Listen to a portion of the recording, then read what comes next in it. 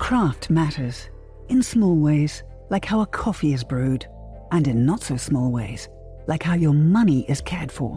Which is why for 160 years, UBS has elevated banking to a craft. Tailoring unique strategies that combine human expertise with the latest technologies. All happening across 24 time zones and 12 key financial hubs. With you at the heart of it all. UBS. Advice is our craft.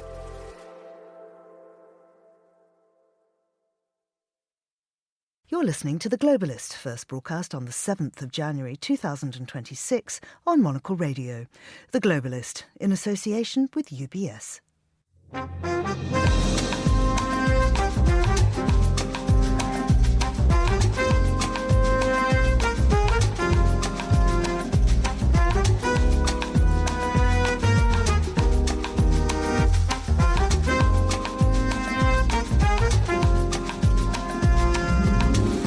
Hello, this is The Globalist, broadcasting to you live from Midori House in London.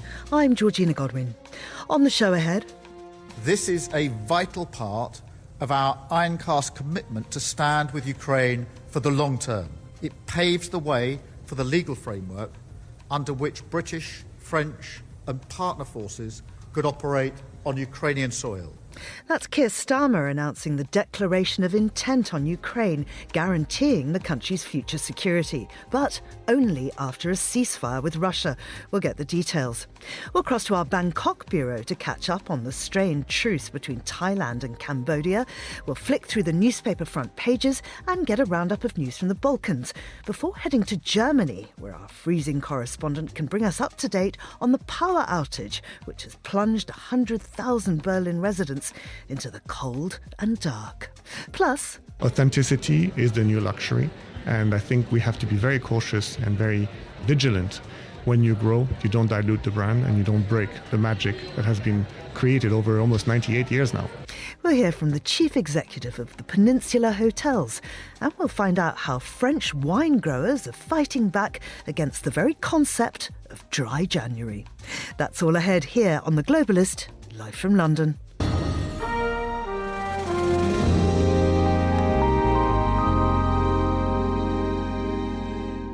First, a look at what else is happening in the news. 6 European allies are backing Denmark after US President Donald Trump repeated his desire to acquire its semi-autonomous region of Greenland.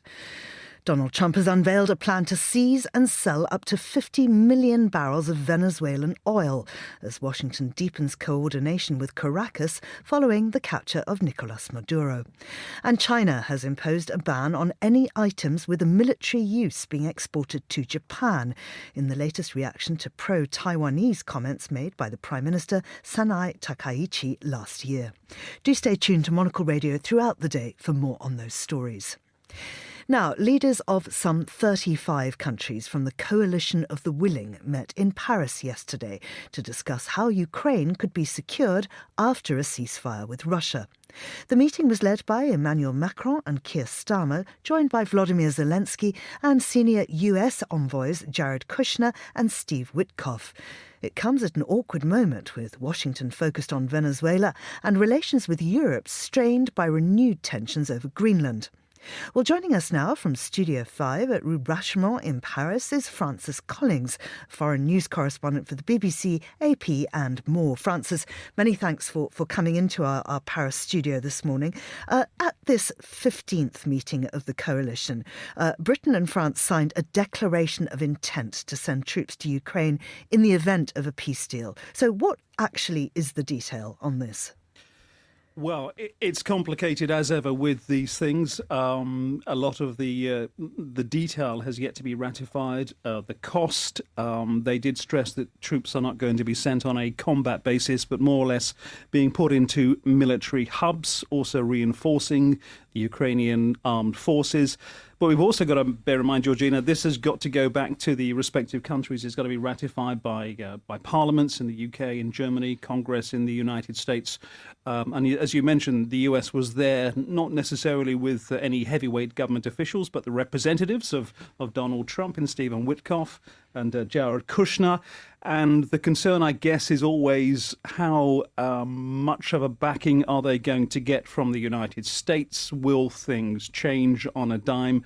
But it is a step forward in terms of deploying troops, establishing military hubs, but all, of course, dependent on a ceasefire with Russia. And bearing in mind, Vladimir Putin has stated categorically all the way through he would not accept NATO troops close to the Russian border on Ukrainian soil. You talk about Witkoff and Kushner there. What do they say that the United States is prepared to do?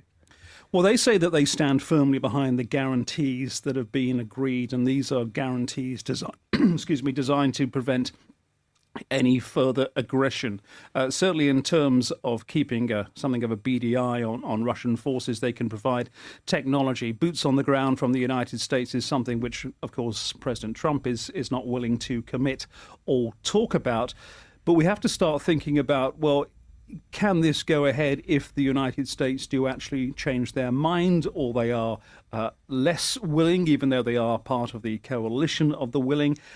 And also, does Europe have to really start firming its act, stepping things up, bearing in mind they're not entirely sure what support is coming from NATO, whether there will be a NATO in a few months, and what President Trump is going to do over the thorny issue of things like Greenland, which he keeps talking about. And of course, this is the elephant in the room, because it makes one wonder how significant the declaration is, because of what Trump is saying over Greenland, which is, of course, a NATO ally. So is Europe preparing itself to perhaps act without the US?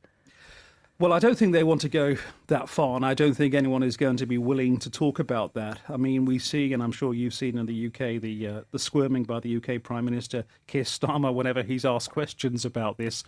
You have people who obviously have a duty to their own country while also trying to maintain a good relationship with President Trump and, of course, with the United States. And there is, someone was talking recently, and I heard them mention that it's almost a holding pattern. Yes, Ukraine has to be sorted out as soon as possible, but this White House may not be there for the long term. There's 3 years to go on this term, of course. And also we have to ask, are we looking at the future of NATO perhaps hinging on what comes out of the Epstein files? Are we seeing a wag the dog scenario? If you recall that great film from the 90s about America declaring war to distract from presidential problems. And also, what is going to happen next week? Yeah, this is unprecedented, it seems, in world politics, certainly in our time. You always at least knew where America stood. We're not entirely sure now. Just focusing back in on, should this all go well, should there be a ceasefire, which is extremely unlikely at this point, it has to be said, how would a European-led multinational force operate on Ukrainian soil? Well, it's military hubs as well as hardware, so it's going to be bases, effectively. I don't think if we're looking for a comparison, it can be quite the same as what happened in West Germany post-World War II, but establishment of secure hubs that can monitor Russian forces. And we're not talking, it seems, in the short term. We're not just talking about ending the conflict in the short term. These are troops that want to be there, according to this agreement, according to what they say. They haven't said how many troops, and they haven't spoken about cost, but to be there for the long term to prevent any resurgence of any aggression from Russia, any reattempt to invade.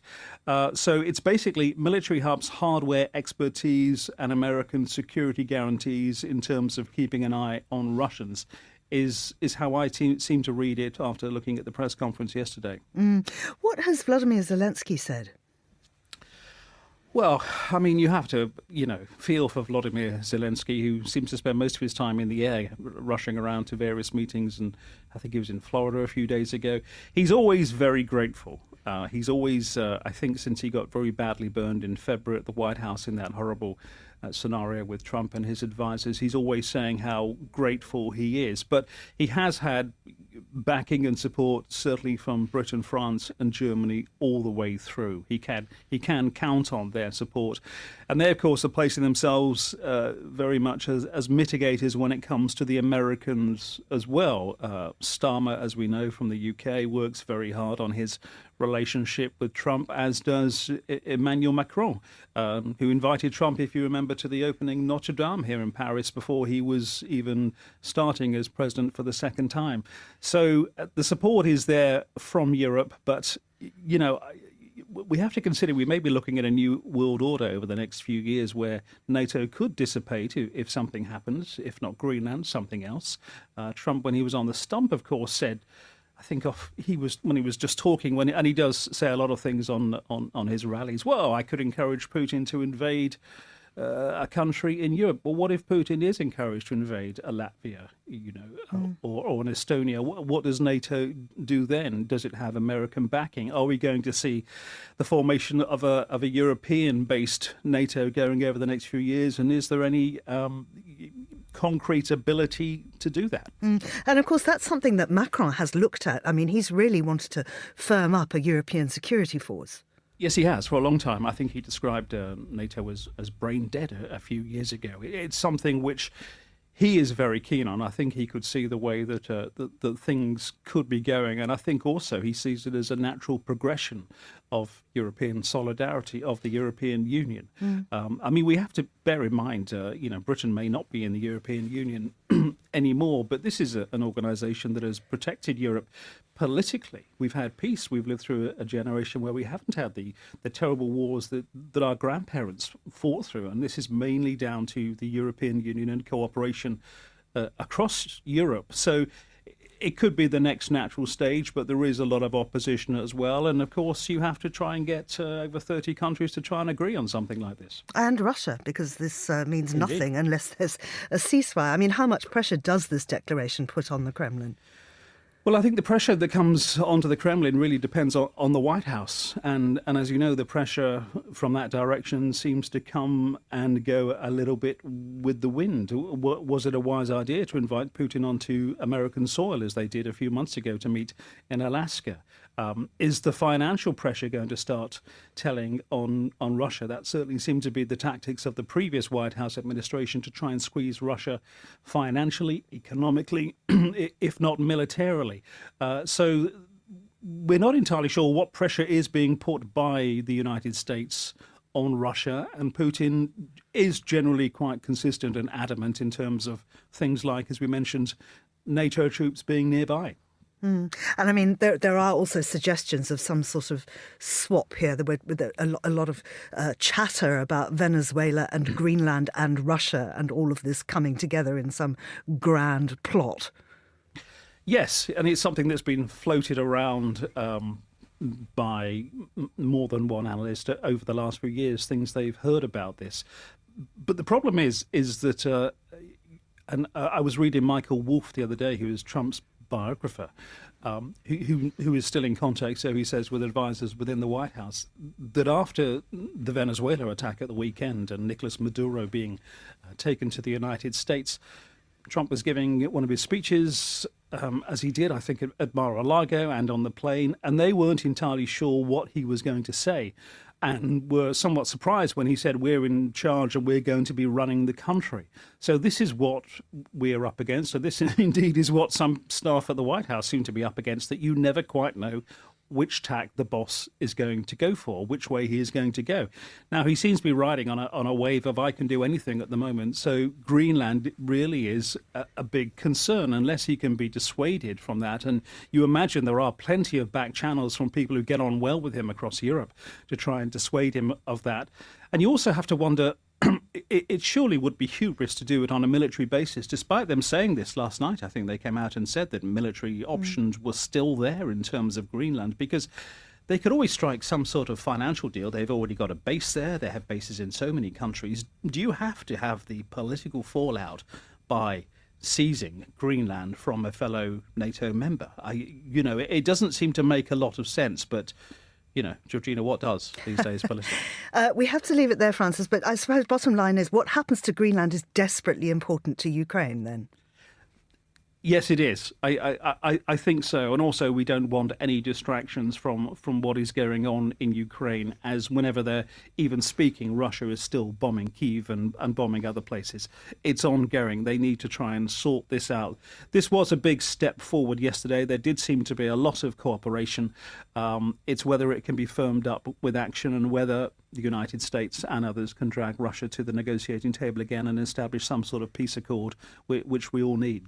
Francis, thank you very much indeed. That's Francis Collings there, joining us from our Paris studio. This is The Globalist.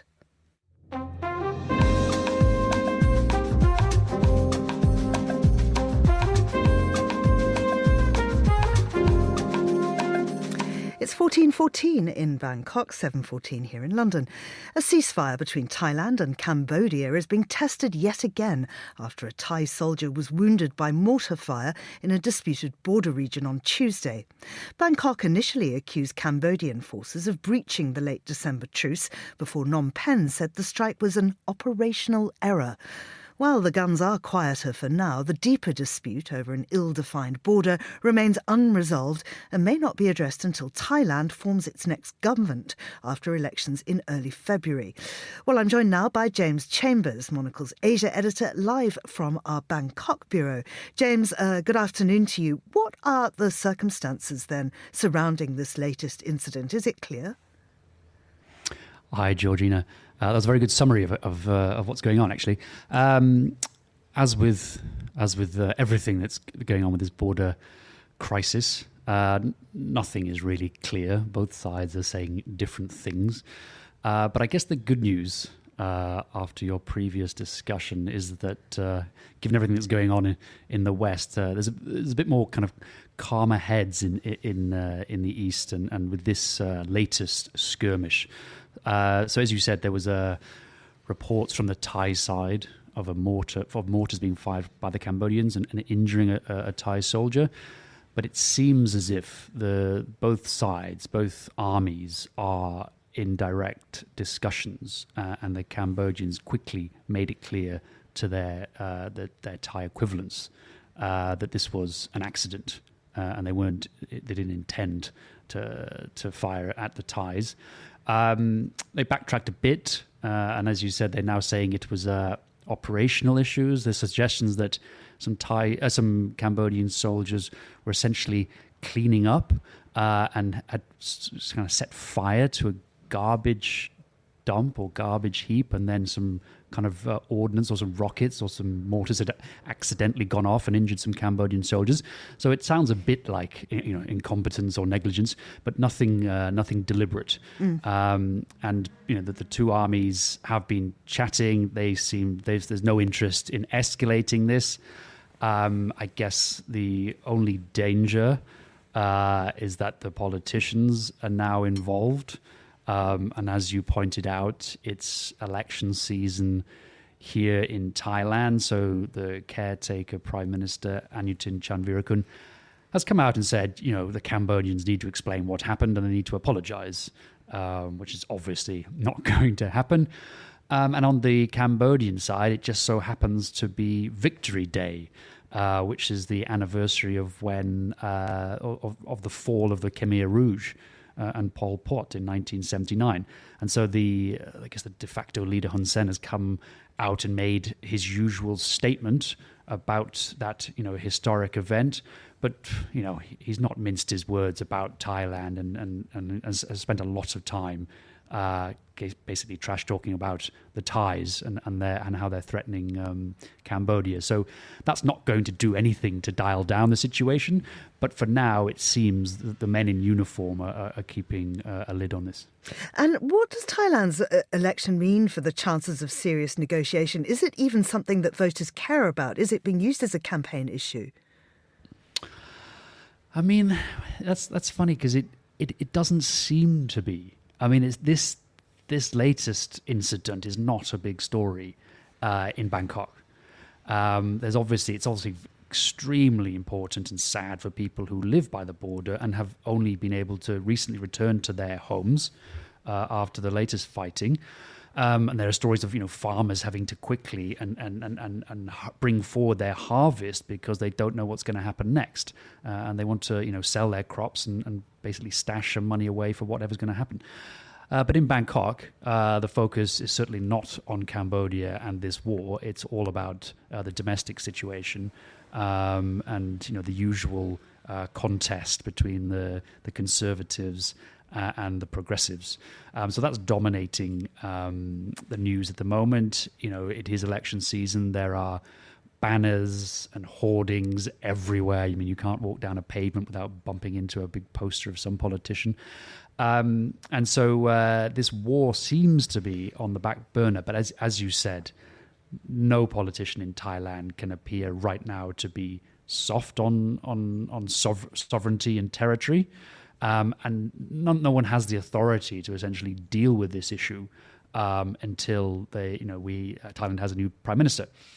But as you said in your intro, this is kicking the can down the road, where even if this ceasefire holds for now, the situation over the border has got potentially even worse, because the Thai military is happy with the territory that it now has, and it agreed to this truce with the kind of understanding that it wouldn't give any of that back. Cambodia is obviously not happy. It is suggesting that Thailand has taken a bit more than it deserves. And so what was a dispute about a few temples going back 100 years is probably now a much bigger issue, and it's certainly not going to be solved any day soon. James, thank you very much indeed. That's James Chambers, Monocle's Asia editor. Now, still to come on the programme.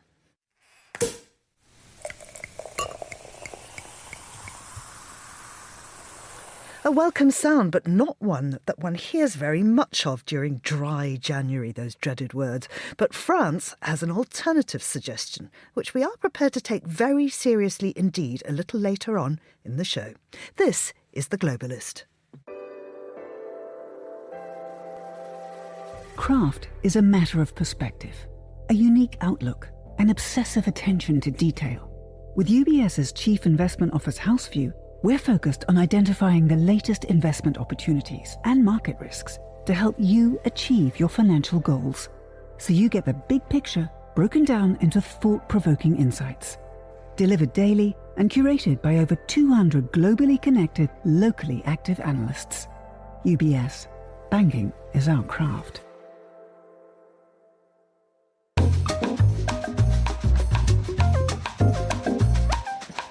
Well, let's continue now with today's newspapers. Joining me in the studio is Terry Stiastany, who's a political journalist and author of Believable Lies, The Misfits Who Fought Churchill's Secret Propaganda War. Good morning to you, Terry. Good morning. Happy New Year.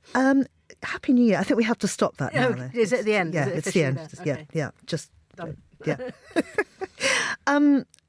This set of newspapers, had we looked at it even a year ago, they would be unbelievable, really, the types of stories that we're seeing at the moment. I mean, let's just start with this Greenland story, because it's everywhere. Obviously, people are extremely concerned about this, a NATO country being threatened in this way.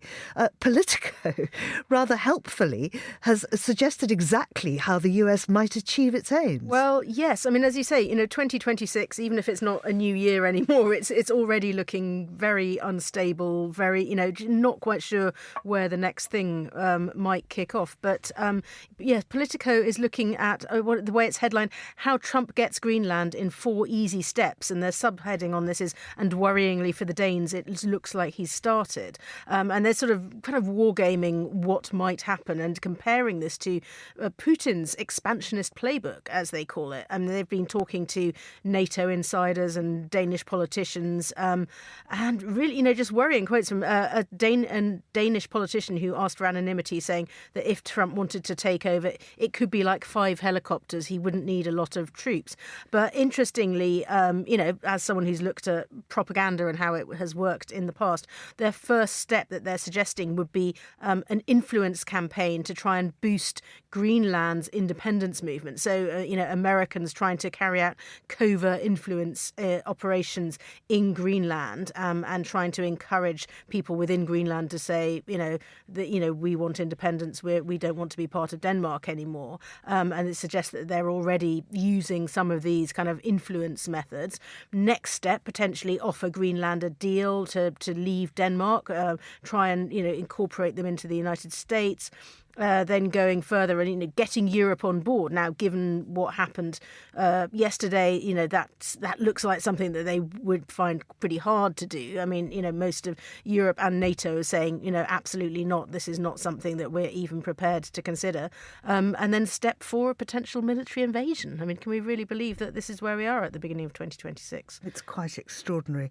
I wanted to move on. I mean, not a million miles away, actually, but this NATO shadowing a tanker fleeing the US oil blockade that's around Venezuela. Tell us more about this story from the Times. Yes, this is very intriguing, and I think it just shows, the kind of flashpoints that there could be around the world where we might least expect them. And this is a tanker which is currently known as the Marinera, and it's had, I think, about 5 different names in the past 5 years. Most recently, before that, it was called the Bella One, and it doesn't actually have any oil on it at the moment, but it keeps changing not only its name but its nationality and its flag, and it's currently sailing under a Russian flag, and it is sailing at the moment across the Atlantic, going somewhere towards the North Sea, possibly towards Russia, and its route is likely to take it into Irish waters, potentially into Icelandic waters, into Danish waters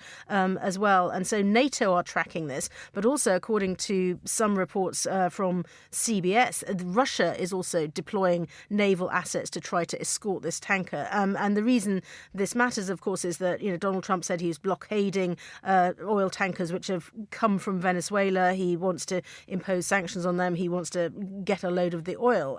But Russia thinks otherwise about this. And there's a suggestion that this could be another US operation where they potentially go in and try to seize a tanker. But again, if you're doing this somewhere near other countries' waters and heading for Russia, who knows what might happen there. Well, another story in the Times suggested that really this all kicked off because Maduro stole Trump's dance moves. I'm sorry, it seems ridiculous to be laughing at the It's funny and horrible at the same time, isn't it, this one? We know that Donald Trump has a thin skin. There's been suggestions that he was a bit miffed about not getting the Nobel Peace Prize, that the Venezuelan opposition leader got the Peace Prize instead of him. That's why he doesn't favour her as a potential new leader. But he did accuse Nicolas Maduro of attempting to steal his apparently famed dance moves, says the Times, which is his sort of, and they have a little video where you can compare and contrast. If you want to watch this, you can see Trump sort of raising his fists and Nicolas Maduro doing, I would say, quite a different dance, possibly. It's both dads. I mean, that's how dads dance. But the right? idea that, the dictator dancing in a similar fashion and singing songs was mocking Trump, and that might be one of the reasons that Trump's team thought Maduro believed that the US was bluffing, and so that they felt that they had to carry out this strike. And Trump described it. He gets up there, he tries to imitate my dance a little bit, but he's a violent guy. And so that was part of his justification for the capture of Maduro. Quite extraordinary. So we are now looking at weather, because you have clearly noticed here in Britain the temperature has absolutely dropped. It's freezing.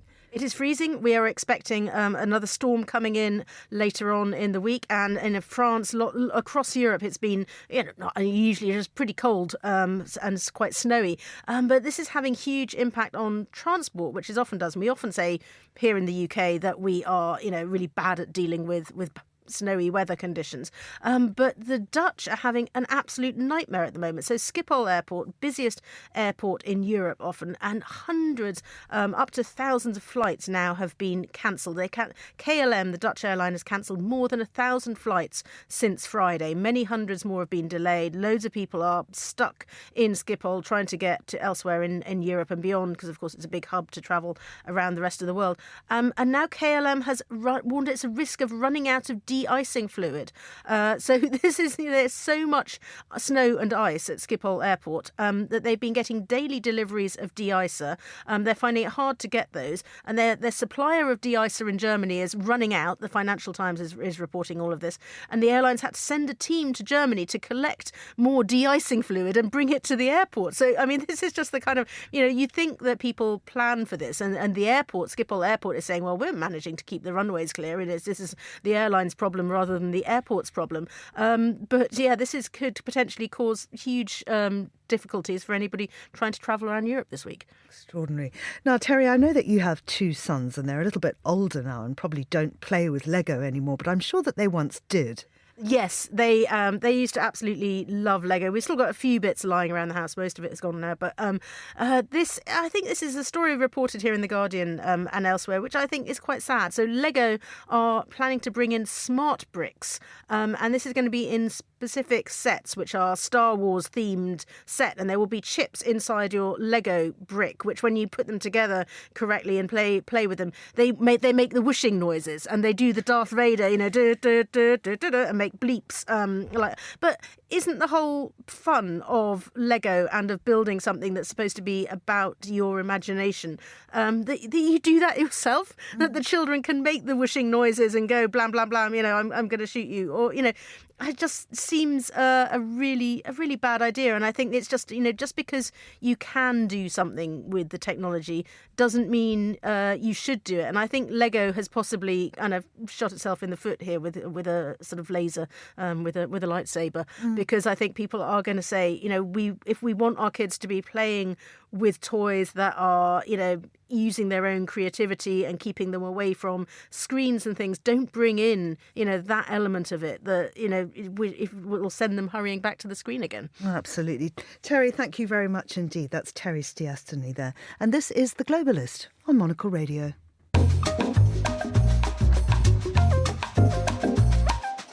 Now, here's what else we're keeping an eye on today. 6 European allies are backing Denmark after US President Donald Trump repeated his desire to acquire its semi-autonomous region of Greenland. Trump said the US needs Greenland for security reasons, and the White House has not ruled out military intervention. Donald Trump has unveiled a plan to seize and sell up to 50 million barrels of Venezuelan oil as Washington deepens coordination with Caracas following the capture of Nicolas Maduro. While Venezuela's political future remains uncertain amid US claims that it will be running the South American country, for now Trump appears to be working with interim President Delcy Rodriguez and other senior officials from Maduro's government, disappointing the opposition that had hoped to play a larger role. And China has imposed a ban on any items with a military use being exported to Japan. It's the latest reaction to pro-Taiwanese comments made by Prime Minister Sanae Takaichi last year. The list of banned exports runs to 800 items, including chemicals, electronics and tech. Japan has called the measures absolutely unacceptable. This is The Globalist. Stay tuned.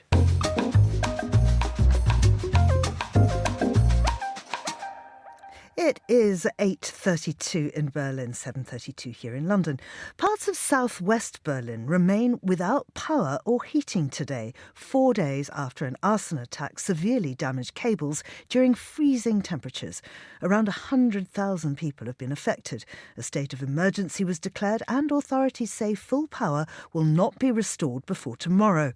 A far-left group has claimed responsibility, but investigators say this is still being looked at as concern grows over the security of Germany's critical infrastructure. Well, I'm joined now by Andrew Bulkeley, who is the co-founder of 20% Berlin, a newsletter for Berlin's foreign expat population. Andrew, many thanks for joining us. How rare is an outage of this scale in Germany? Well, one would think that they would be very rare. I think these are the only things we're used to from earlier decades. But weirdly, this is the second major outage actually in this neighborhood within 2 years, and they were both related to the same left-wing, supposed left-wing terrorist group attacking critical infrastructure. And it comes at kind of a very sensitive time. So this is sort of a perfect storm that these outages are happening, these attacks are happening, because on one side, we're learning that the legacy of Chancellor Merkel in Germany is that she spent very little on critical infrastructure in Germany. So highway bridges are crumbling. Ironically, 2 bridges in that area of Berlin had to be closed on the Autobahn, Germany's pride. The Autobahn, 2 bridges are closed, being replaced because they were neglected for years. And on the other side, so we're worried about infrastructure already in Germany. And on the other side, of course, we have these geopolitical events where we're worried about Russia and how vulnerable we are to Russia. And now we're finding out we're very vulnerable, that apparently one sort of left-wing wacko with a lighter can take the power away from 100,000 people in a major European capital. Well, tell us about the wacko with the lighter. Who is the group that's claimed responsibility, and why do they say they did it?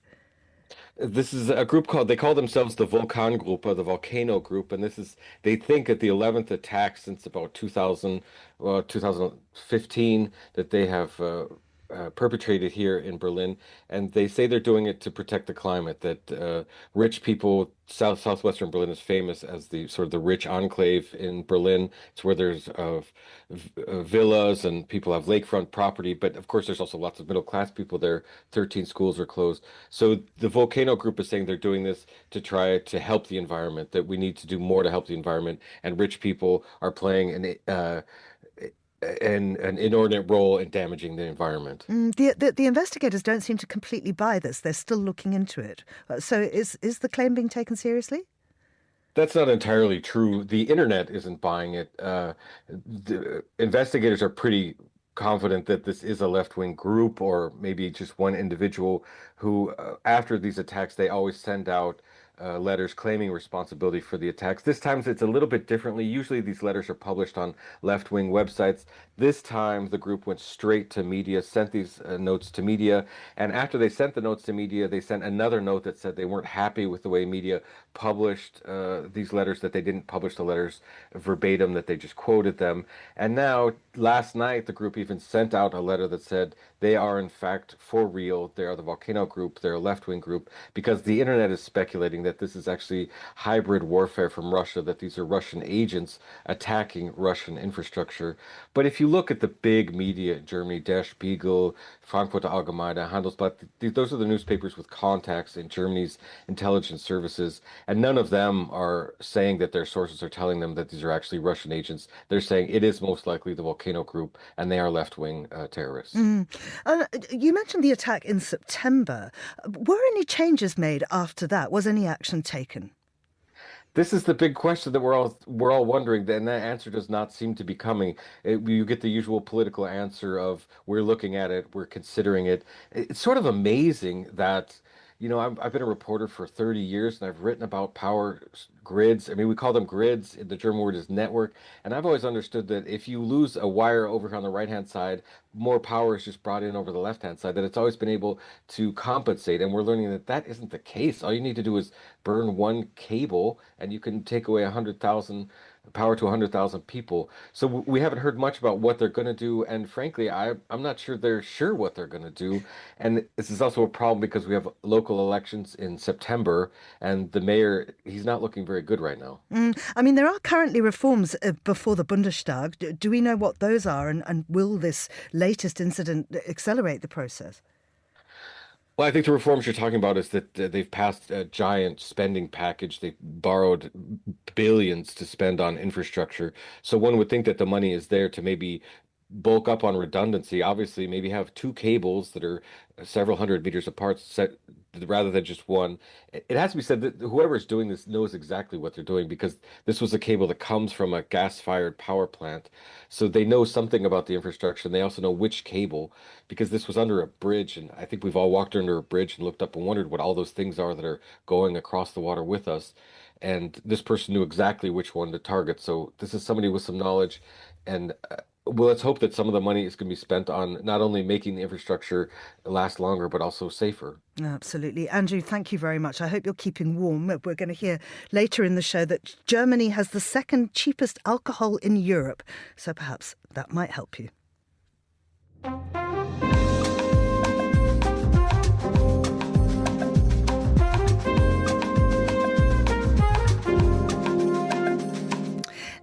let's have a roundup of news from Guy Delaunay, Monocle's Balkans correspondent. Good morning to you, Guy. Good morning to you, Georgina, from a very snowy Ljubljana. Is it beautiful?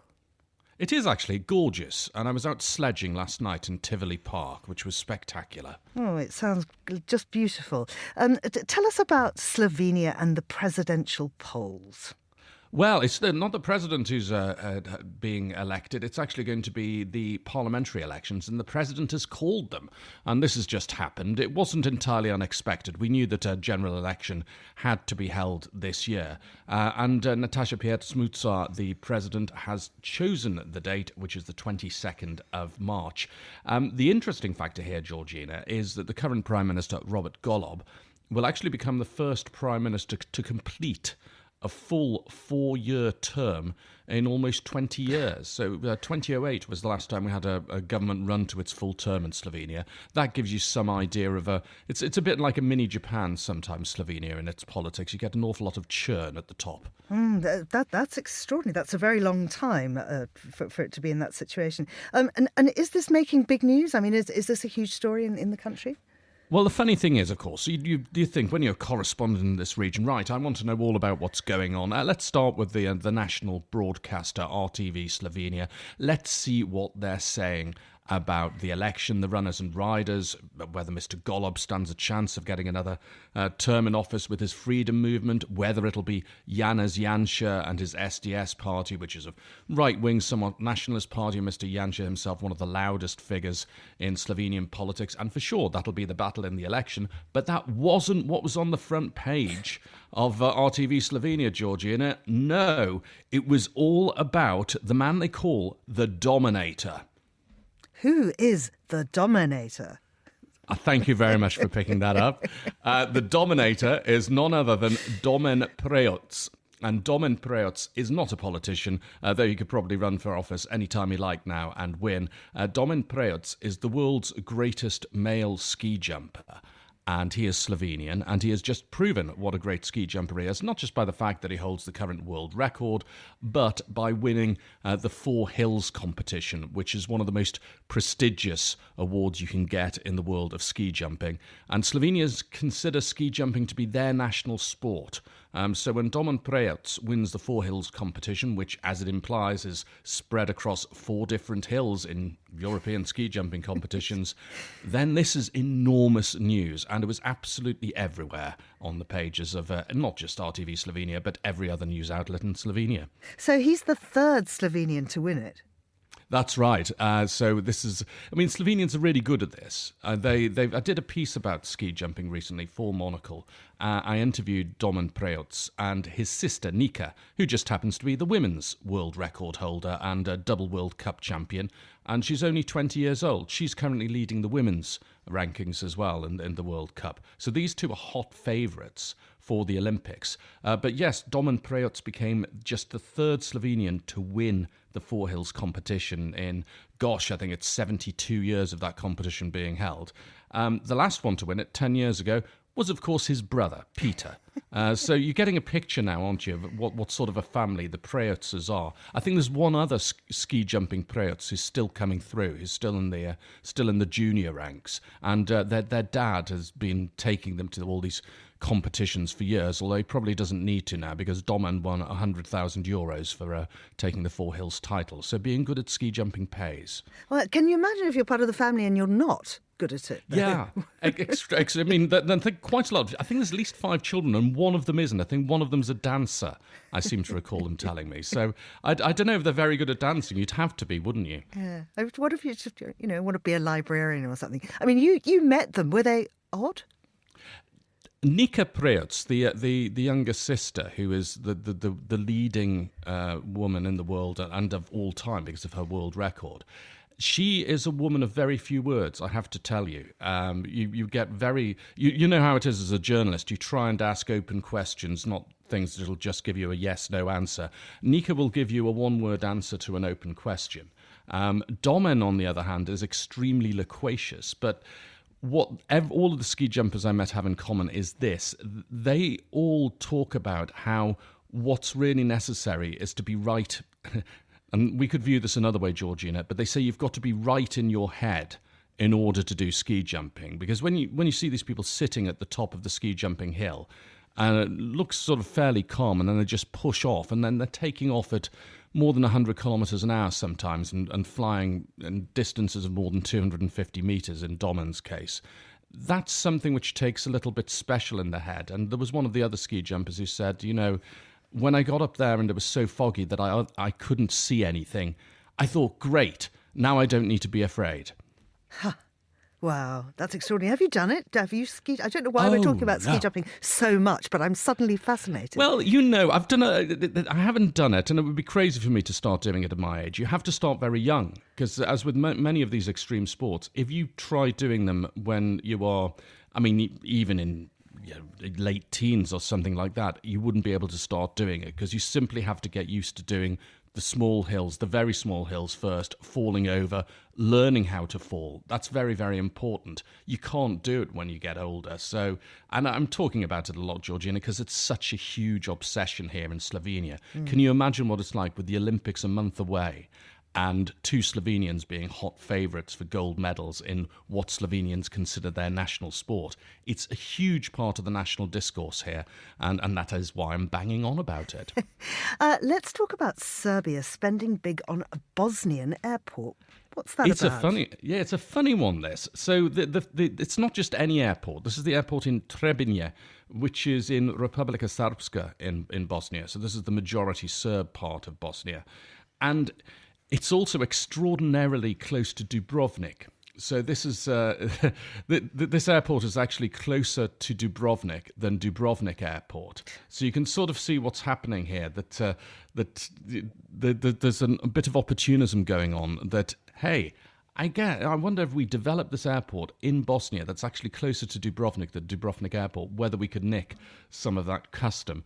And Serbia's getting involved. I don't know whether this is just trolling Croatia or something, Georgina, but it's the President Aleksandar Vučić says he's willing to lob in 200 million euros for the construction of Trebinje Airport, and that's quite astonishing. Though I have to say, this is his most recent pronouncement this week.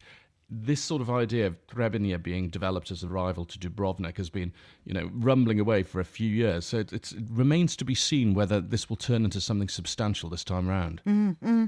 And then there's more aviation news about an Albanian airport. Indeed there is, because Ryanair has named its top 5 destinations for 2026. And on the list, it's listed just under Bratislava, is Tirana, of Albania's capital, of course. And Ryanair's getting very excited about this. And it's not just getting excited in terms of putting a story in its in-flight magazine and saying, hey, these are the places you should visit when you're in Tirana. It's basing planes in Tirana. And I just checked something, because it said here that it's going to be basing 3 aircraft at Tirana, offering regular flights, 450 per week, across its 33 route offering. And I thought that can't possibly be correct. But then I just went on the Ryanair website and put in Tirana and checked the number of airports that I could fly to. And it's actually 36 different airports, because there's a few which double up, like the airports in Milan and Warsaw. Where you've got 2 airports in one city available on the Ryanair network. So whether that amounts to 450 flights a week or not, I'm not quite sure. But Ryanair definitely putting, its planes where its chief executive's mouth usually is. Guy Delorne, thank you very much indeed. Guy is our Balkans correspondent, and you are listening to The Globalist on Monocle Radio. IQ, EQ, and AI. 3 components key to the craft of innovation at UBS. Because to stay ahead in a rapidly evolving age, you need a partner with decades of experience, endless passion for the work, and a finger on the pulse of leading technologies, bridging human expertise with artificial intelligence, all to elevate you. UBS. Banking is our craft.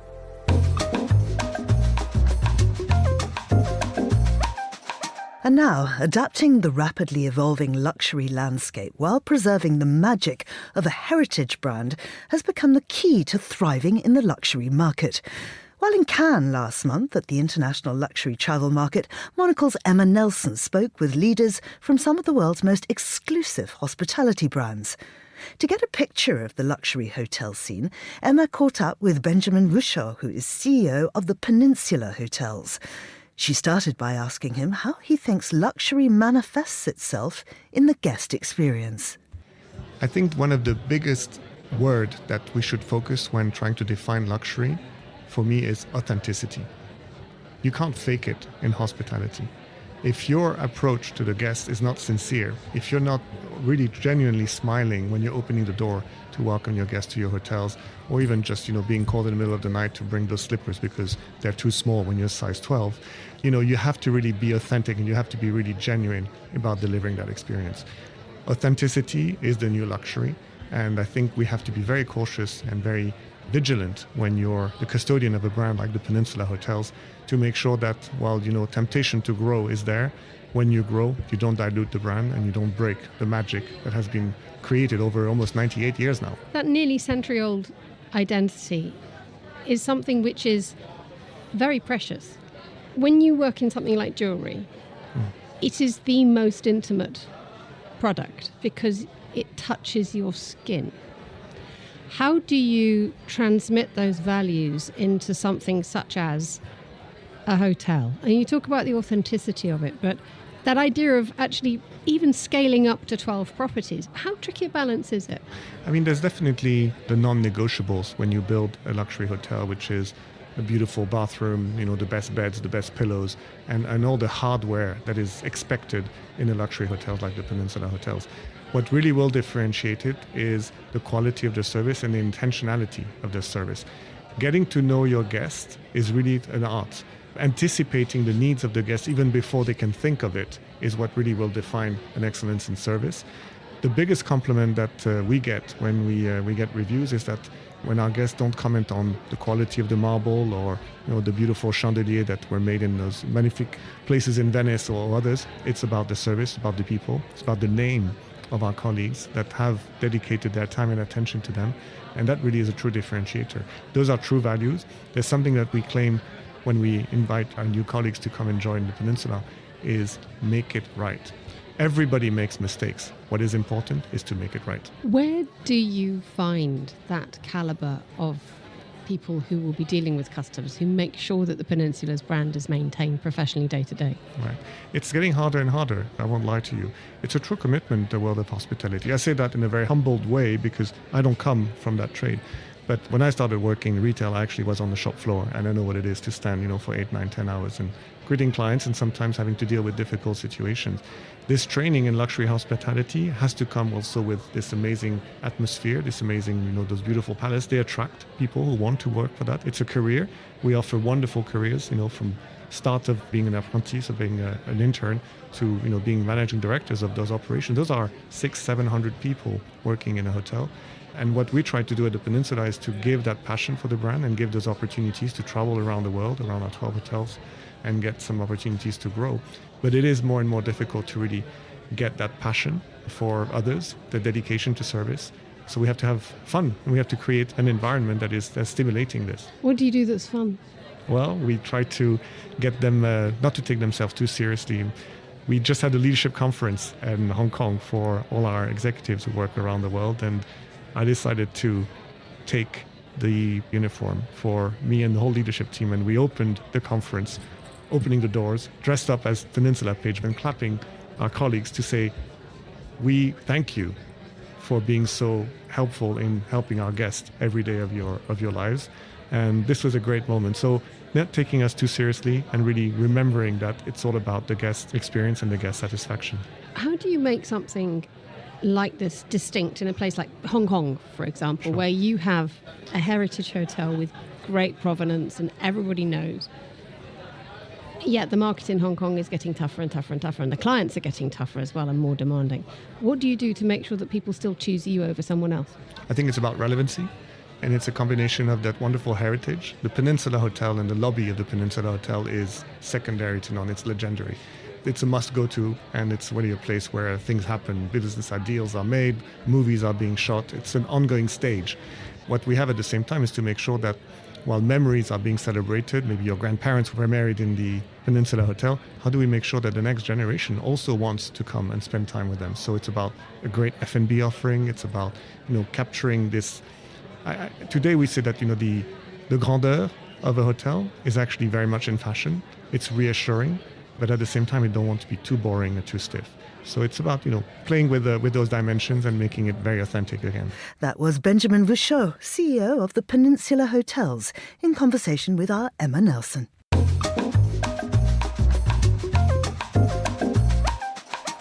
Now, it's the first week of the new year when many people adopt dry January. I'm personally torn between a dry martini January or a dry white wine January, leaning towards a crisp Albarino or an unoaked Chardonnay. So perhaps it's time for me to consider relocating to Germany, where the country's Department for Statistics has published figures showing that alcoholic beverages are cheaper there than in many of its neighbours, 14% below the EU average. The only EU country where it's cheaper to imbibe is Italy. Well, I'm joined now in the studio by Angelica Jobson, who is a producer, also originally from South Africa. So, Angelica, are you having a dry January, and is that something people do in South Africa? Georgina, I am not. I will say that I have dabbled in a dry January in the past, and this year I can say I've seen the error of my ways.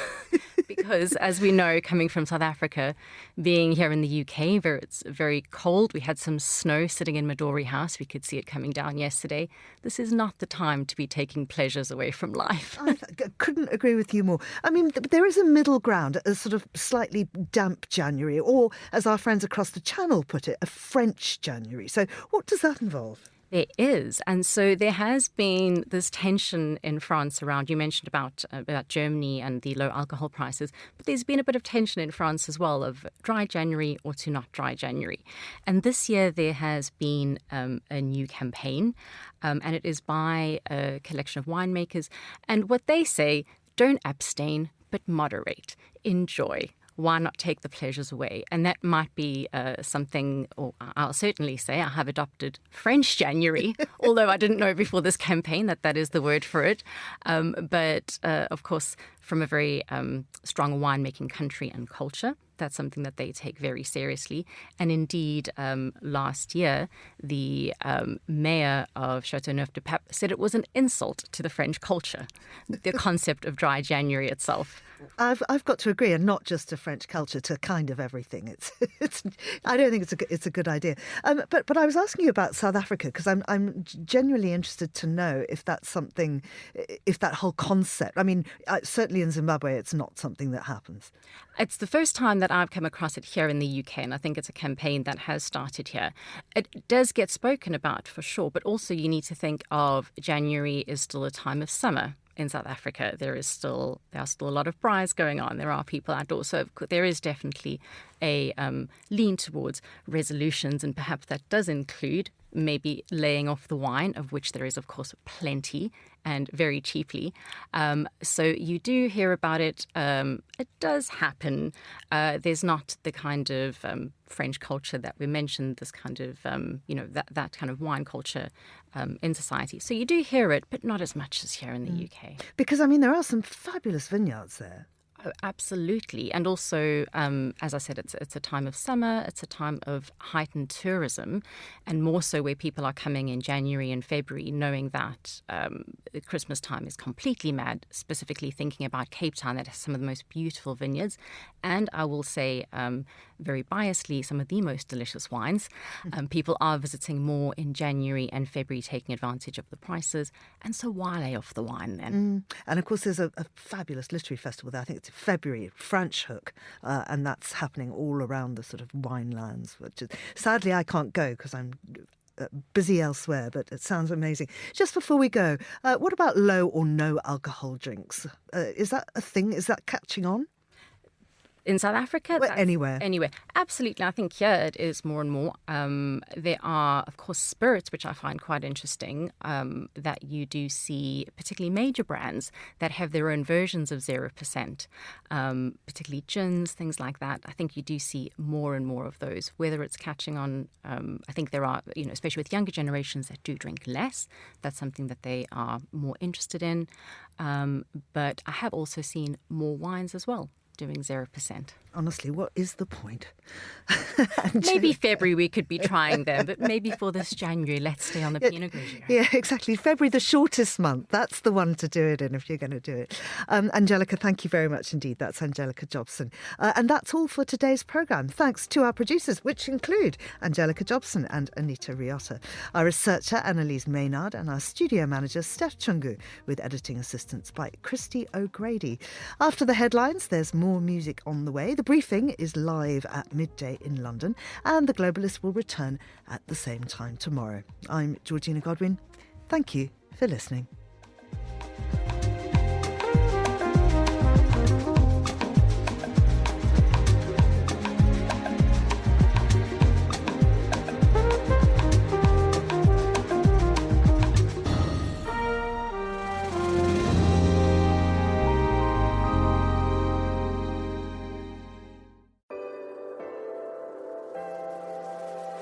With UBS, you have a truly global partner, incorporating new technologies, innovative approaches, and unexpected opportunities, leading you to insights that help answer the questions that matter, delivered with passion, care, and unmatched expertise. Because it's about rising with the dawn each day, knowing that we can do even better. That's what banking is to us. Not just work, but a craft. UBS. Advice is our craft.